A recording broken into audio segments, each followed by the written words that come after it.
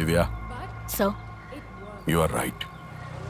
એ જે કવિતાઓમાં શબ્દ લખી રહ્યો છે એ કોઈ બીજી લેંગ્વેજમાં પણ ટ્રાન્સલેટ થઈ શકે છે ને?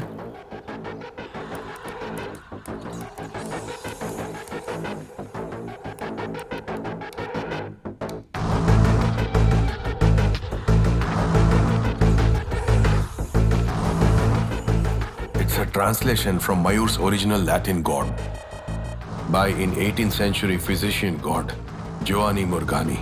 Yes. લેન્ડર આ શબ્દો હત્યાની જગ્યાએ પહેલેથી લખવામાં આવેલા શબ્દો છે. ડૉક્ટર સતીશ માધવને તમારો નંબર આપ્યો છે. આઈ એમ ડૉક્ટર ગોવિંદરાજ.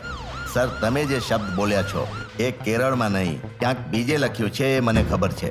કોહિકોડ મેડિકલ કોલેજમાં એનાટોમી ડિસેક્શન હોલની અંદર લખેલો આ શબ્દ છે.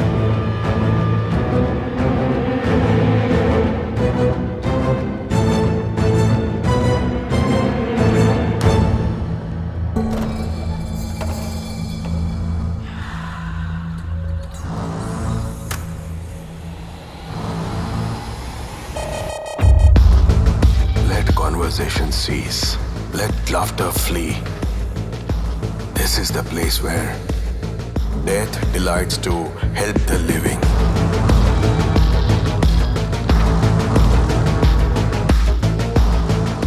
એટલે આનો મતલબ હાજી બેખૂન.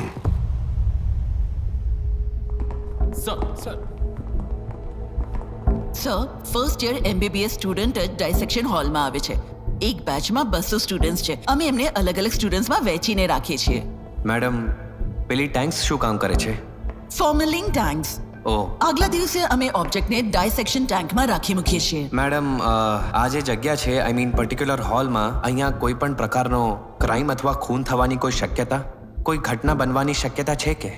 સર, એનાટોમી ડિપાર્ટમેન્ટમાં હું છેલ્લા 14 વર્ષથી જોડાઈને કામ કરું છું. અત્યાર સુધી આવું કંઈ બન્યું હોય એ મને યાદ નથી. હું આ ડિપાર્ટમેન્ટમાં છેલ્લા 25 વર્ષથી જોડાયેલો છું.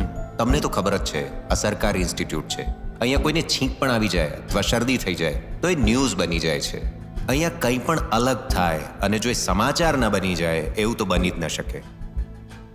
તમે મને એ કહો કે હત્યાના ઈરાદે આવેલું કોઈ અથવા સાયકોટાઇપ કોઈ માણસ હેડલાઇનમાં આવે એવો કોઈ વિકલ્પ તો નથી ને, પ્રતાપ સર?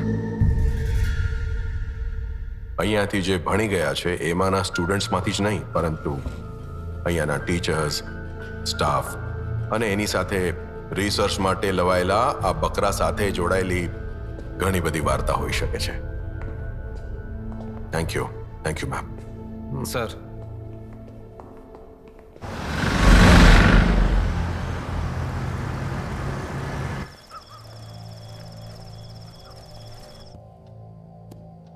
શું કહું, એ બહુ જ સારો છોકરો હતો.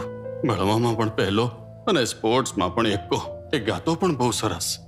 અને એની સાથે આવું થયું સર. એની કોઈની સાથે દુશ્મની હોય કે એવી કોઈ વાતની જાણ છે તમને? સર, આ કામ પેઢીઓથી કરતા આવ્યા છીએ અને તમને તો ખબર જ છે કે બિઝનેસ છે તો દુશ્મન તો હોવા સ્વાભાવિક છે. શું અહીંયા કોઈ મેડિસિન વગેરે રાખવા વાળો કોઈ ડોક્ટર છે કે?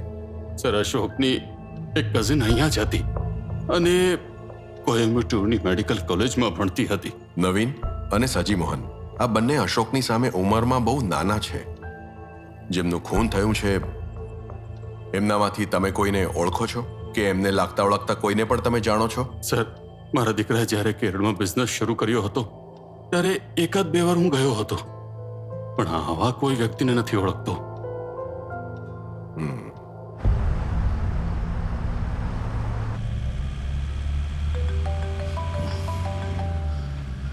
હેલો મેડમ, બાઇક ચાલક વાળાનો જે એક્સિડન્ટ થયો હતો, ઉતાચંદર પુલની પાસે 2 ગાડી જોવા મળી છે.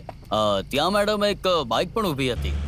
મુસીબત કેમ લઉં એમ સમજીને વચ્ચે ના આવ્યો. 2 ગાડી હતી? હા મેડમ, એક પિકઅપ જીપ અને એક લારી. એ લારીમાં એક ઘાસનું લોડિંગ જતું હતું એવું લાગે છે અને એ માણસે ધ્યાનથી જોયું એને. ઓકે, આવીએ છીએ. Follow that lead. Okay sir.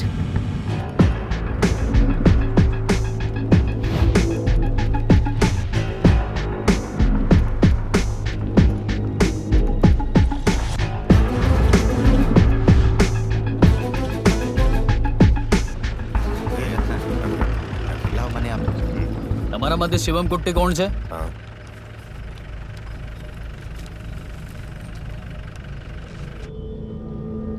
એ રાત્રે જે જગ્યાએ બાઇક એક્સિડન્ટ થયો હતો એ જગ્યાએ લારી ઊભી હતી મારી, પણ મેં એક્સિડન્ટ થતા જોયો નથી સર. શિવનકુટ્ટી તો તે પછી શું જોયું? સર્વે વાત એમ છે ને કે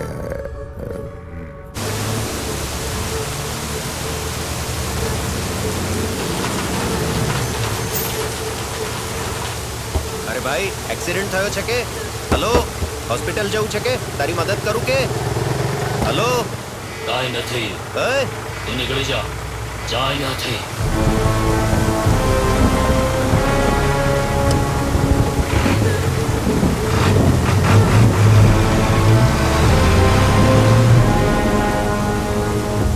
સર ગળામાં એણે ટોર્ચ જેવું કંઈ ટીંગાડ્યું હતું, એમાંથી કંઈ ભૂત જેવો અવાજ આવતો હતો.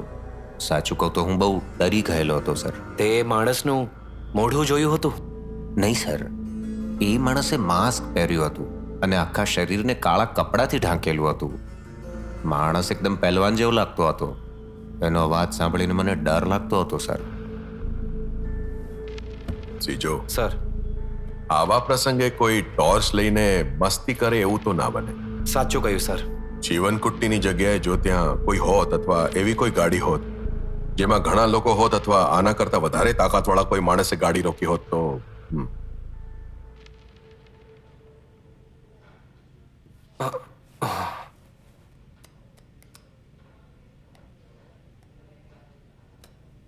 શિવમ કુટ્ટી, તે જે ટોર્ચ જોઈ હતી એ આ જ છે કે? પાક્કું વાત છે સર. સર, આપણો કિલર એક મૂંગો છે જે બોલી નથી શકતો. Sir, see this. સર, એણે આર્ટિફિશિયલ લેરિંગ્સ લગાડીને વાત કરી હતી. કેન્સર સિવાયની બીજી કોઈ બીમારીમાં પણ એનો ઉપયોગ થઈ શકે છે સર. મારા બાપુજીને કેન્સર હતું ત્યારે એ અમારી સાથે આનાથી જ વાત કરતા હતા.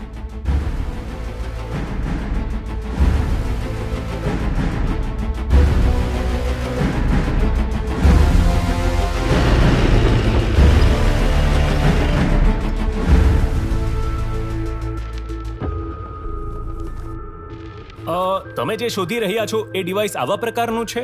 સર, આ જ છે. આ એકચ્યુઅલી જે માણસ બોલી ન શકે એ આ પ્રકારના ડિવાઇસના ઉપયોગથી વાત કરી શકે. એનો અવાજ કેટલી ડિગ્રી સુધી જતો રહ્યો છે એ એની સાથે વાત કરીને અમે તમને કહી શકીએ છીએ.